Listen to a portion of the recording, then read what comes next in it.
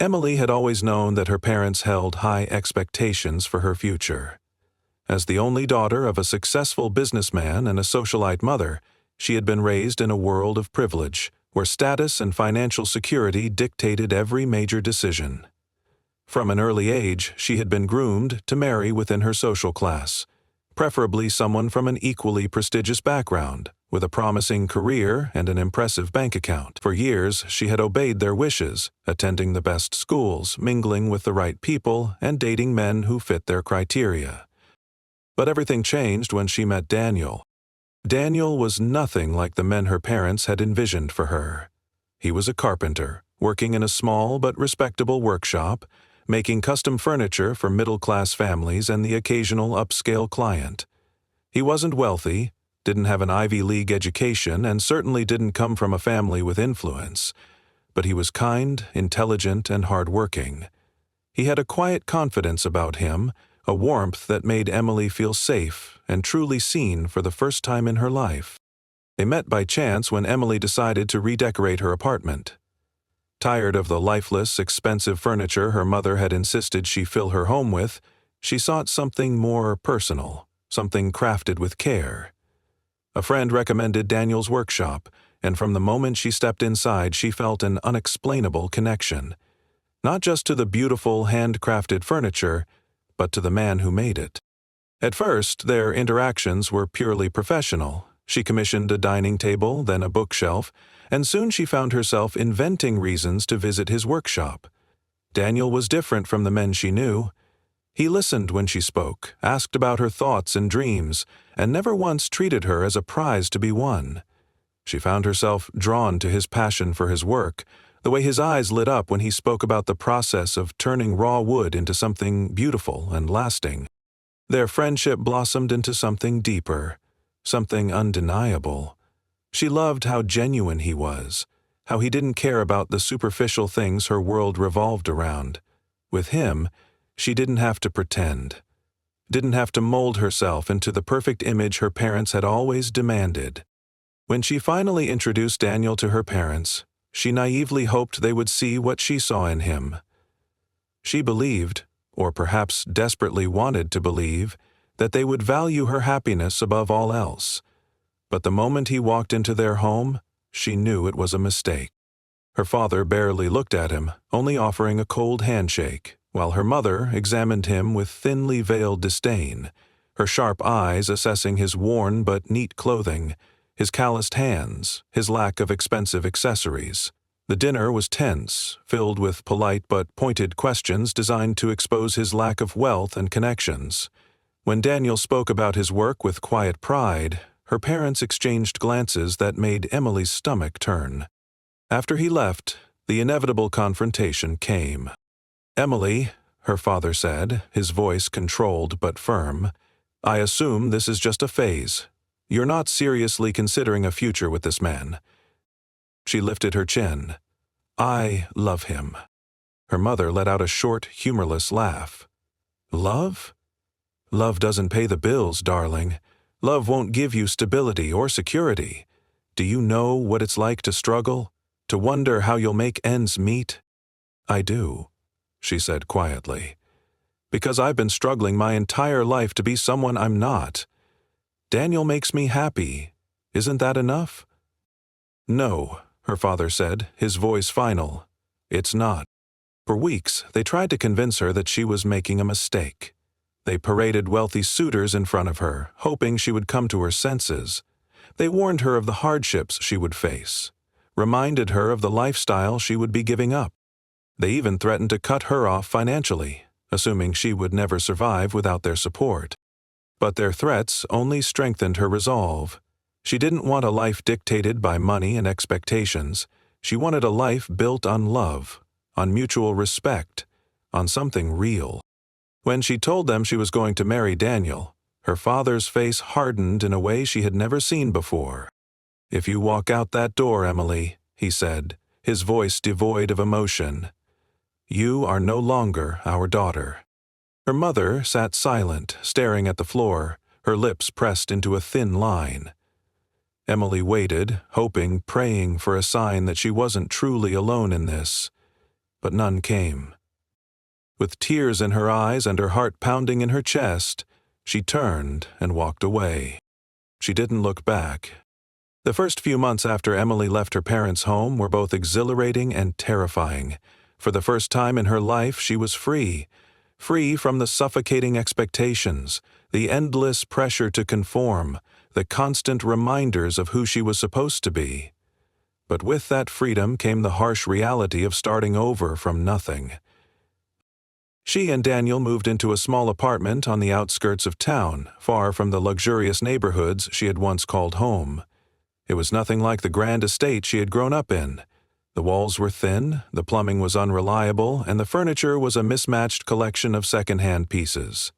But it was theirs, and, more importantly, it was filled with love. Daniel did everything he could to make her feel comfortable, to make their modest home feel warm and welcoming. He worked long hours in his carpentry shop, taking on as many projects as he could to ensure they could afford rent, food, and the basic necessities. Emily, determined to contribute, found a job as a teacher's assistant at a local elementary school. It wasn't glamorous, and the pay was low, but she found joy in working with children, in feeling like she was making a difference. Despite their love, life was undeniably difficult. Emily, who had never once worried about money before, now found herself meticulously budgeting their expenses, stretching every dollar as far as it would go. Grocery shopping became a careful balancing act between what they wanted and what they could afford. Some nights, when work was slow and bills piled up, they ate simple meals of rice and beans, laughing about how her parents would be horrified if they knew. But there were moments when the struggle felt overwhelming. One evening, after a particularly difficult day at work, Emily came home to find Daniel still at his workbench, his hands covered in sawdust, his face lined with exhaustion. "You should rest," she said softly, setting down her bag. He looked up at her with a tired smile. "I will, just need to finish this order. It's for a couple getting married. First big piece they're buying for their new home. Can't let them down." She admired his dedication, but she also saw the toll it was taking on him. He worked from dawn until late at night, pushing himself to keep up with demand. Though his craftsmanship was respected, his prices were low. Too low, she often told him, but he refused to charge more than what he believed was fair. Emily knelt beside him, taking his hand in hers. "We'll be okay," she whispered, as much for herself as for him. Some nights, when exhaustion and stress weighed heavily on her, she would lie awake, wondering if her parents had been right. Was love enough? Would they always struggle like this?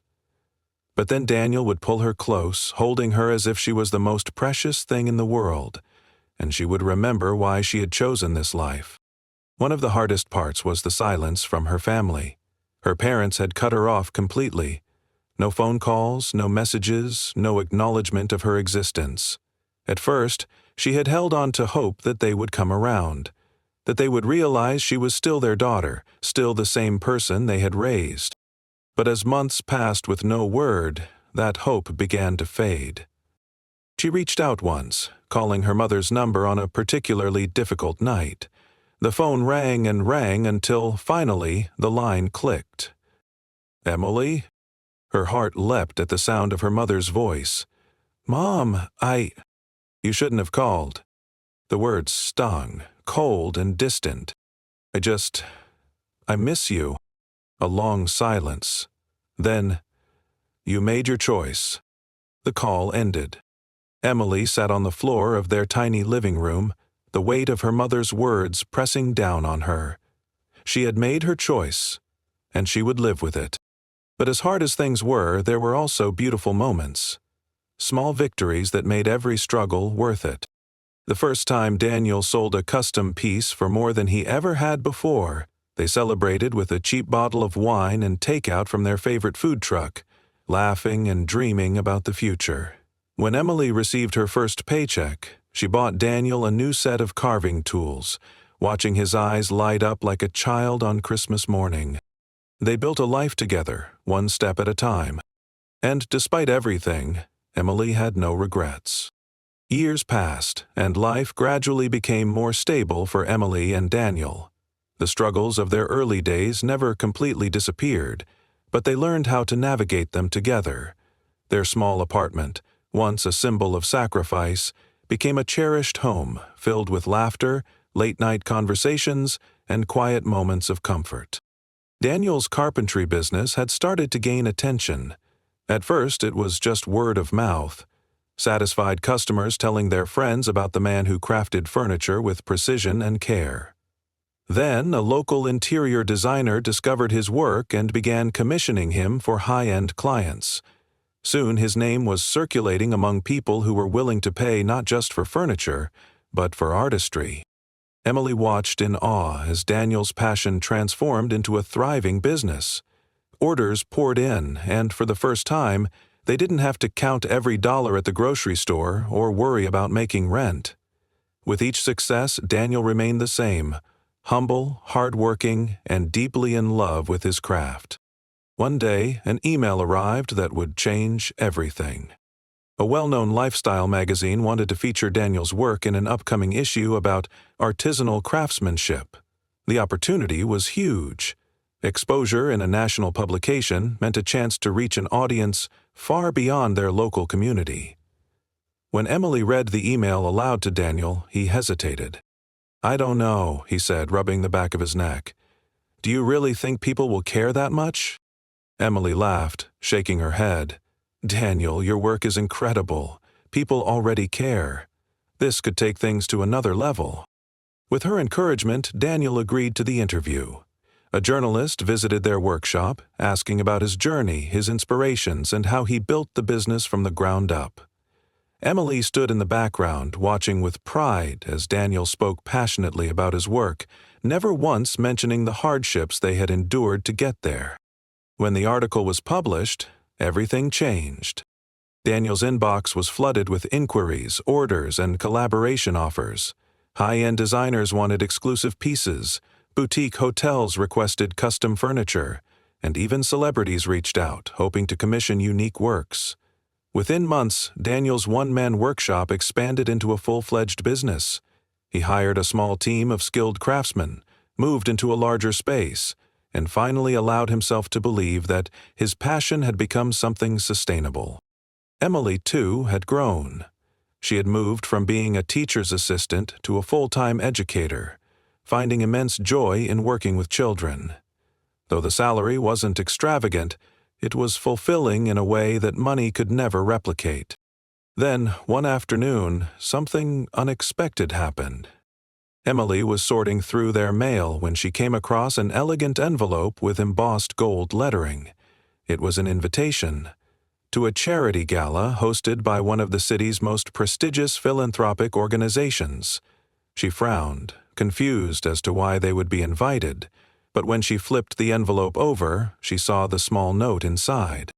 "We would love for Daniel Mercer to showcase his work at our event. Your craftsmanship has inspired so many." Emily's heart pounded as she read the words again. The gala wasn't just any event. It was one of the most exclusive social gatherings in the city, attended by politicians, business moguls, and, of course, the old dummy elite. It was the kind of event her parents had always attended. She hesitated before showing the invitation to Daniel. "Do you think we should go?" she asked, unsure of how he would feel about stepping into a world he had never been a part of. Daniel considered it for a moment before nodding. "I think we should. Not for them, but for us. We built this life, and I'm proud of it." The night of the gala, Emily felt a strange mix of emotions. She dressed in a simple but elegant black gown, her hand steady in Daniel's as they walked into the grand ballroom. Crystal chandeliers illuminated the space, and waiters moved through the crowd carrying trays of champagne.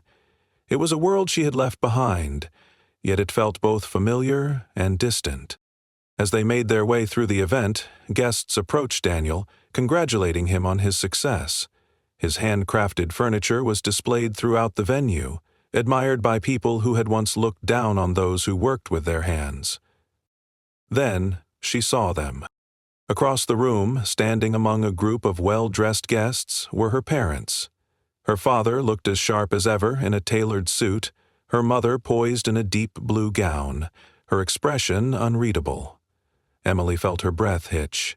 She had imagined this moment so many times, what she would say if she ever saw them again, how she would react. Her mother's gaze swept across the room, landing on Daniel first. A flicker of recognition passed over her face, followed by something Emily couldn't quite read. Then her eyes met Emily's. For a moment, time stood still. Her father turned, following her mother's gaze, and when he saw them, his expression tightened.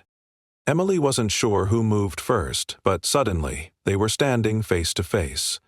The air between them was heavy with unspoken words. "Emily?" her mother said finally, her voice softer than she expected. "Mom." "Dad." Her father's gaze shifted to Daniel, assessing him not as a poor carpenter, but as a successful man in his own right. There was something unreadable in his expression. Perhaps surprise, perhaps something deeper. Daniel, ever composed, extended a hand. "Mr. and Miss Sinclair." Her father hesitated, then shook his hand. It was a brief, firm shake. Nothing overly warm, but not cold either. "We've heard a lot about your work," her mother said, glancing at one of Daniel's pieces on display. "It's impressive." Emily almost laughed at the irony. Years ago they had dismissed him as nothing, convinced he would amount to little. And now, here they were, standing in a room full of people who admired him. There was so much she could have said, so many things she had held in her heart for years. But in that moment, she realized something. She no longer needed their approval. She had built a life that was meaningful, a love that was real, and a success that had nothing to do with their expectations. Her father cleared his throat. "Would you join us for a drink?" It wasn't an apology, not exactly, but it was something. Emily glanced at Daniel, and he gave her a small, reassuring nod. She took a deep breath. "Okay." And with that, the past and the present finally collided. Sitting across from her parents at the gala, Emily felt like she was straddling two worlds, the one she had left behind and the one she had built. The weight of years apart, of words left unsaid, pressed down on her. But she kept her posture straight, her hand resting lightly on Daniel's. He didn't say much, but his presence was grounding, a quiet reminder that no matter what happened tonight, she was no longer that scared, desperate girl who had once begged her parents to accept her choices. Her father ordered drinks as if this were any other social engagement, and the four of them sat in awkward silence for a moment. Emily studied their faces. Her mother, still impeccably put together, was harder to read. Her father, however, seemed older. The same controlled, powerful presence, but with a slight wariness in his expression that she had never noticed before. "You look well," her mother finally said, her voice carefully measured. Emily nodded. "I am." There was another pause, the weight of everything unspoken hanging between them. Then her father leaned forward slightly, his gaze shifting to Daniel. "I must admit, when I first heard your name at this event, I was surprised." His voice was neutral, but Emily knew him well enough to hear the hint of something else beneath it. Maybe pride, maybe regret. "You've done well for yourself." Daniel met his gaze steadily. "Thank you." He didn't elaborate, didn't gloat, didn't throw their past disapproval in their faces. He was simply himself, calm, confident, and unwilling to shrink under their scrutiny.